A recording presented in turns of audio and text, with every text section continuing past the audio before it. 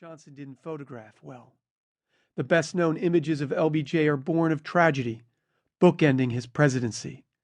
A somber former vice president being sworn into the presidency on Air Force One, flanked by his wife, Lady Bird, and the newly widowed and shell-shocked First Lady, Jacqueline Kennedy, and an emotionally wrought commander-in-chief toward the end of his reign, head down on the White House cabinet room table, agonizing over a tape recording from his son-in-law, Chuck Robb, in Vietnam.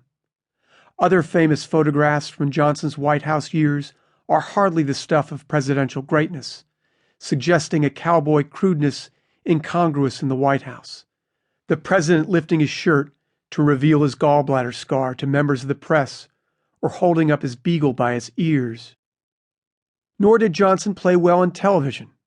Just as the medium expanded Kennedy and Reagan, it shrank the bigger-than-life LBJ, who kept his oversized personality in check when the camera lights were on for the sake of appearing presidential. Instead, Johnson came off as a neutered version of himself, subduing the dynamism that made him the most effective legislator of his time. Television never really caught a true picture of the man, recalled Ray Shearer, NBC News' White House correspondent during the Johnson years. Somehow he was too big for the 21-inch tube.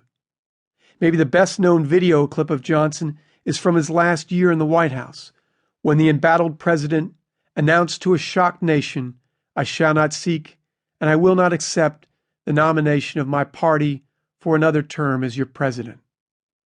And though he was an effective public speaker, Johnson's rhetoric and delivery generally didn't achieve heights beyond the marginal, at least by White House standards.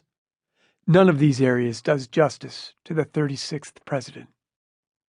In fact, there are few who knew him who wouldn't describe Lyndon Johnson as a great man.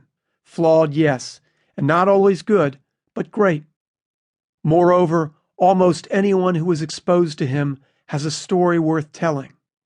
When one was in his presence, his kinetic energy, mental intensity, and aura of power were palpable.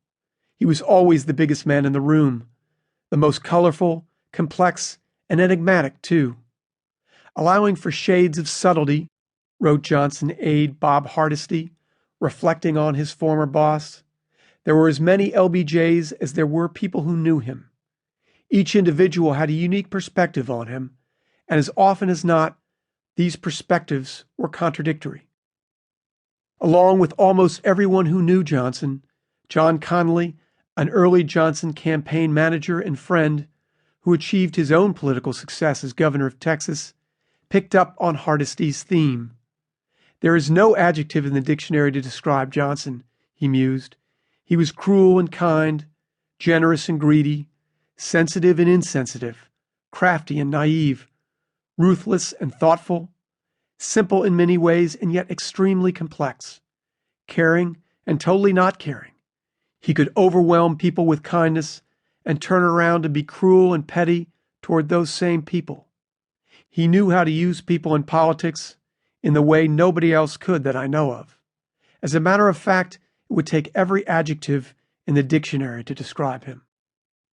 Like Shakespeare's King Lear before him, Johnson seemed to ask, "Who is it that can tell me who I am?"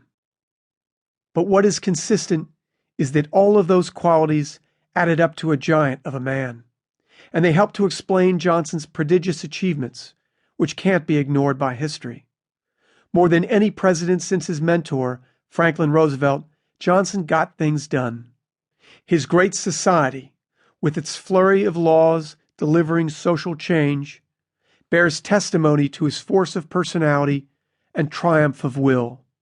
As veteran journalist and president watcher Helen Thomas put it, I think Johnson did monogram our society in his time here. In the first place, I thought he had no peers, maybe FDR, in terms of what he did for the general welfare with the Great Society. Medicare, Head Start, federal aid to education, the Civil Rights Act, the Voting Rights Act, all those things.